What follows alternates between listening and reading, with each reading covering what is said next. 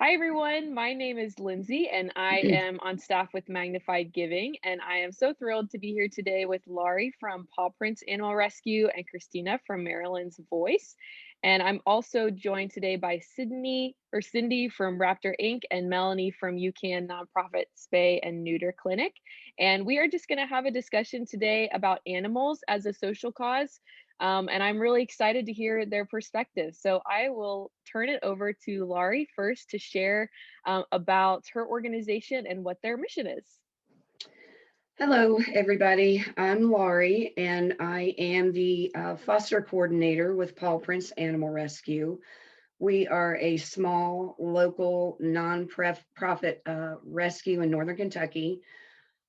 We started out, several of us were volunteers at our local rural animal shelters and saw a great need to help those animals that end up in shelters. We formed our group in 2015.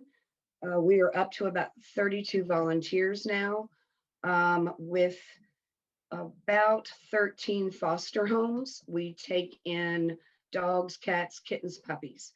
Our main focus is on medical cases. We don't hesitate to take in the severely injured or ill, and we dearly love the seniors, which is like in Bee's case. She's a senior that was found as a stray on the streets of Cincinnati. She has severe spinal deformity, some other congenital defects. She has an extra rib. She's missing a vertebrae. Those are the types of things that we love. Thank you. Awesome. Thanks, Laurie. And Kristina? Hi, boys and girls, teachers, everybody. Thank you so much for your support. My name is Christina Bandalillo. I'm Executive Director of Marilyn's Voice Rescue. You're probably wondering who is Marilyn. A lot of people think I'm Marilyn, but Marilyn was actually a dog that she was a dog that I rescued in 2004 from a puppy mill. She had been a breeder and she had been debarked, which means they cut their vocal cords out with scissors. Didn't realize that was a thing, but unfortunately it is. So we became the voice for Marilyn, and right now we're up to almost 2,000 dogs and some cats that we've adopted out and rehabilitated, then adopted out. So we are in the Cleveland area. We are a foster-based network. We are a 501c3, and we are supported solely by donations and adoption fees. Our adoption fees are low. We have about 100 volunteers.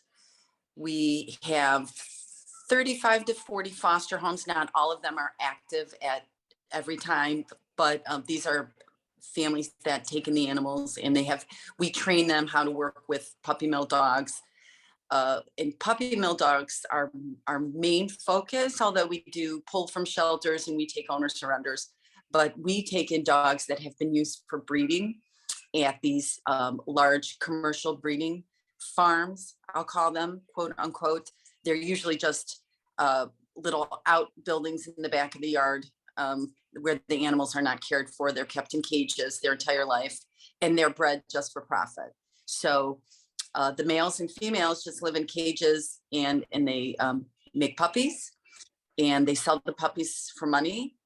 And then when the dogs get to be 6, 7, 8, and they can't breed anymore, we have contacts in the area that they can call.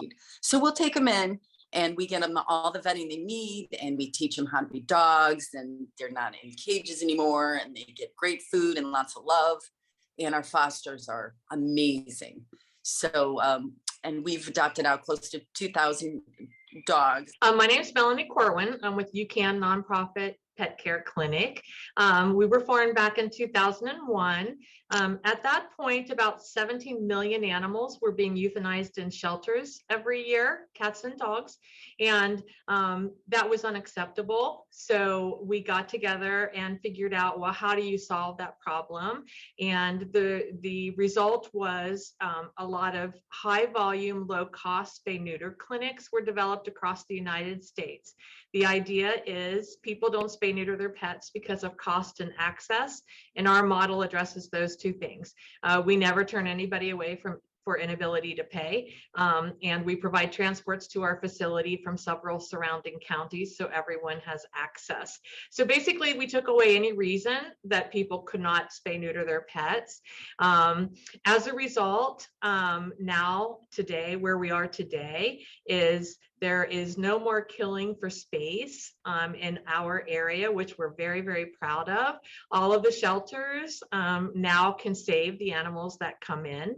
And so much so that we have focused our programs more now on keeping pets with their families. So there's a high poverty level in the greater Cincinnati area. So we provide basic veterinary care for low-income clients so that they can keep their pets. There's a lot of health benefits to having pets. They make us happy. Their love and companionship. There's a lot of medical benefits to having pets. It helps with autism, anxiety, depression, all kinds of that. So we're doing our best to prevent unwanted litters of kittens and puppies that can be taken to shelters and might not face a good outcome there. And then we're also focused on helping keep beloved pets with their families by providing the basic veterinary care that they can so they can stay healthy and live long lives. I'm Cindy Alverson with Raptor Incorporated, and we are a nonprofit organization that has been around for 43 years, where we work with wildlife, so it's different than pets. But what we try to do is share why these birds are so important to the environment. We rehabilitate last year about 378 injured birds of prey. So it's hawks, owls, eagles, falcons, and vultures. Now our goal is to release them back into the wild. However, sometimes their injuries are just so severe. They get hit by vehicles for the most part, and their injuries are very traumatic. And in those cases, sometimes we can treat those birds to make sure they're pain-free and use them as educational avian ambassadors. So then we can educate the public about the importance of these birds. We take them out, take our live birds out to educational presentations, schools, libraries, special events. And when they get to see them firsthand, they can see how beautiful these birds are. In a lot of schools, this actually takes care of some of the requirements, okay? And of course, we have to tell them how to protect them in the wild and what people can do. There's a lot of times they don't realize how harmful litter is and things like that. So we try to instill still a will for them to go out and help also to protection of these birds. Yeah, absolutely. Well, I'm excited that you both address animals in different ways. You support animals and in different ways. I think that's really cool for students to see that, there are different avenues for you to support either wildlife, pets, and support animals in different ways. So that's wonderful. Now, could you maybe both speak a little bit about the impact that the work that you're doing has on the community, or in general, like what supporting animals does for the community, whether it's pets or wildlife? Why is this kind of work important? One of the things that we like to do is we like to go into schools and educate kids and talk to kids. So we try to go in and we try to explain to them, educate them on the proper way, the responsible way to obtain a pet. And whether or not you like animals, pets or not, the Hamilton County, for example, was paying over $1 million a year on dog warden services, and the local shelters were overwhelmed with pets and euthanizing for space and just overwhelmed. So our spay neuter services over the years have significantly reduced the number of homeless pets. So that reduces the tax burden on individuals in our community and reduces the burden on the shelters. From the community residents' perspective, like I said, pet ownership provides a lot of benefits. The love, the companionship, that kind of thing, exercise, everything like that. So to the extent we can make healthier and happier pets, we make healthier and happier families, which leads to a happier and healthier community as a whole. So that's basically the impact that we want to make. At Raptor, we have a couple different impacts. One is by all of our educational presentations, we actually get to a really broad base of people. We used to get like 180 birds a year that were injured that needed help. Now we're almost 400. So people are learning more about these birds, and they have a place, they have a resource to go to. People are so sympathetic when they see these birds and they're very, very hurt. They want to do something. And so now they can find us and we're able to help them and treat them.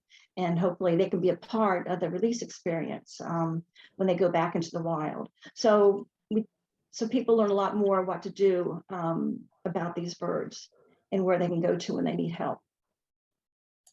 Yeah, absolutely. That's wonderful.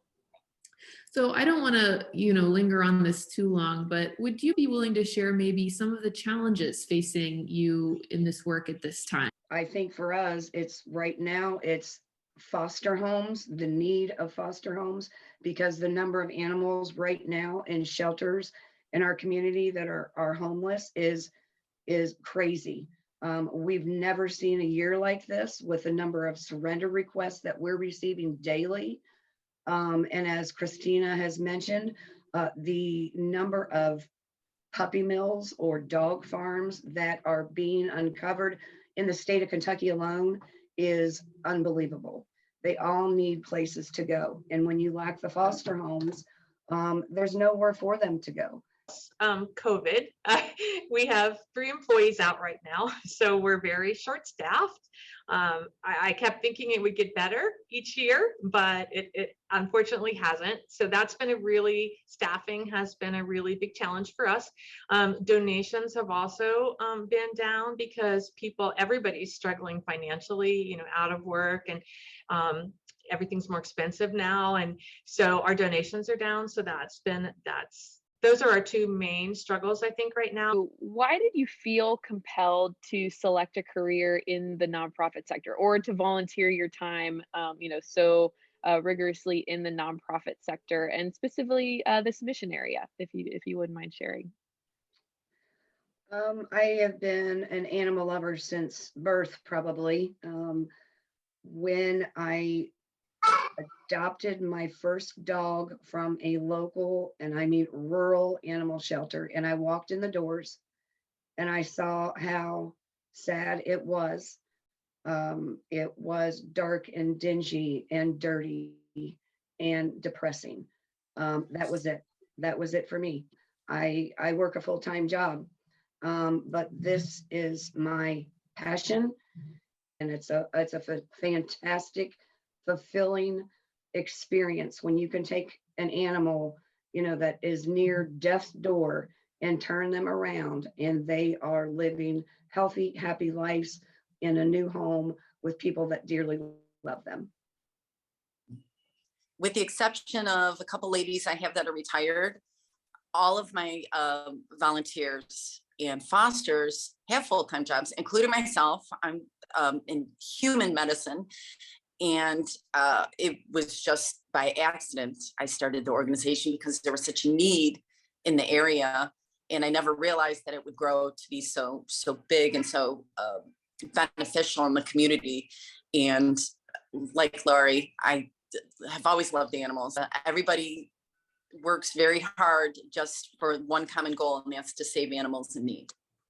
I was an attorney in private practice for 22 years. And the chair of the board of UCAN asked me to come on the board and help in a legal capacity. And I also volunteered at a local, I've always loved animals, and volunteered at a local shelter. And around the same time these things happened. And at the shelter, we would always celebrate when animals were adopted, and then it'd come back the next weekend and all of the runs were full again. So it's like this this is not solving a problem. It's great to find homes for the animals that are already here, but we got to stop this constant flow of homeless animals. So I became involved with it on the board level first and saw that, hey, this is really a solvable problem. And that really, it helps animals and it's solvable. It's not something that, you know, you just have to throw money at year after year. You can really, really make a difference. And so I decided to take a break from the law for 2 years to come here and work. And now 9 years later, I'm still here because it's just, you get to make a difference rather than just doing a job that, you know, helps the company you're with. This helps the community and a lot of people and pets. And that's what motivated me to stay. It's hard to think of just one reason. I worked at a hospital for 33 years, decided to retire. But before I retired, the previous 12 years, I worked with Raptor Incorporated, and it was smaller then. We had just a small building. We couldn't do near as much as we did now. But so when I started, it was the first paid position. And from there, we were able to start receiving more birds to help, more educational programs. But it is nice, you get to really get hands-on, see the difference you're making. I mean, people come in and they're distraught about a bird, but then you get to celebrate when the bird's released, and that's just a wonderful thing to do. Could you share a little bit about how your organizations collaborate with the community or with other organizations, or just some of the ways that you work with others in order to accomplish your work? Sure. We partner with most of the shelters in a 75-mile radius around us. Cincinnati Animal Care is the Hamilton County shelter. So we provide spay neuter services for their shelter animals, and we do transports from their counties for owned pets to also help the pet owners in their communities. We also partner with numerous social service agencies. Interfaith Hospitality Network is one in Cincinnati. They are the only social service agency that helps homeless people, but also has a pet program so that if somebody is temporarily homeless, they don't have to give up their pet while they're homeless. They'll bring the pets to us. We will give them spay neuter surgery, the vaccinations, treat medical conditions. So as Interfaith finds those families pet-friendly, affordable housing, the pets will be able to meet any boarding requirements. Another thing that we really have focused on the past 2 years, which is very rewarding to me, is domestic violence. That has increased significantly, particularly with COVID. And we partner with the Women's Crisis Center and the YAWCA Domestic Violence Department.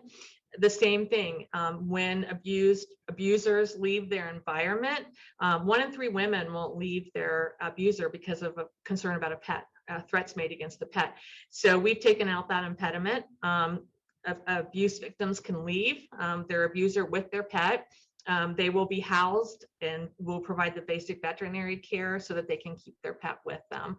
So that's a wonderful way to do that. And as far as reaching the community as a whole, we provide the free transports. And then we, right before COVID started, we started focusing on low-income communities, and we started with Price Hill, and we held 2 free vaccine clinics there. So people could bring their animals there, get free vaccines, sign up for discounted spay neuter at our place, and we provided pet food and pet supplies, collars, leashes, you know. So we want to do more of that when COVID goes away. We have several other really underserved areas that we want to target, and we want to go into the communities and provide these free services and help them with their pets. Yeah, Raptor Inc. does some of the, we work with some of the shelters, Brown County, Humane Societies, things like that. Sometimes they do pickups. They get calls also about injured birds of prey. They might pick the bird up, and then we transfer it to us or go pick it up from them.